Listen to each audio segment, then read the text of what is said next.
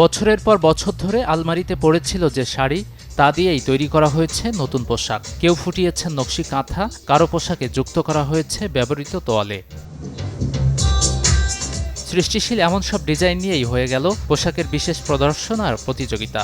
মূলত পুনর্ব্যবহারযোগ্য উপাদান ব্যবহারের মাধ্যমে সৃজনশীলতা, পরিবেশবান্ধব ফ্যাশন এবং উদ্ভাবনী ভাবনাকে তুলে ধরাই ছিল এই প্রতিযোগিতার মূল লক্ষ্য।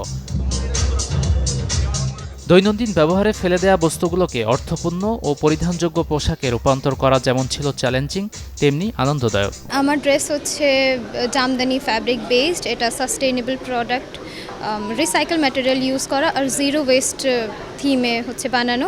আমার যে পিসটা ছেলেদের হচ্ছে কি একটা শার্ট, যেটাতে হচ্ছে কি আমরা রিসাইকেল ফ্যাব্রিক হচ্ছে কি ইউজ করেছি প্যাচ ওয়ার্ক করার জন্য, যেটার মধ্যে ফ্লোরাল ওয়ার্ক আছে, যেটা হচ্ছে বাংলাদেশের যে সৌন্দর্য পজিটিভিটি সেটাকে রিপ্রেজেন্ট করে। The purpose of having this event is to nurture and inspire the local entrepreneurial talent, especially those who want to take fashion as an entrepreneurial career. যুক্তরাজ্যের ইউনিভার্সিটি অব ল্যাঙ্কাশায়ারের সঙ্গে যৌথভাবে ভিশন অ্যান্ড ভোগ শীর্ষক এই fashion প্রতিযোগিতার আয়োজন করে universal college Bangladesh.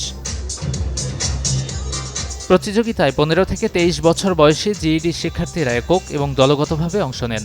Live fashion শোতে চূড়ান্ত পর্বে পরিবেশন করা হয় 15টির বেশি ডিজাইন। বিজয়ীদের হাতে তুলে দেওয়া হয় সম্মাননা আর শিক্ষাবৃত্তি। গাজী আনিস, চ্যানেল 24, ঢাকা।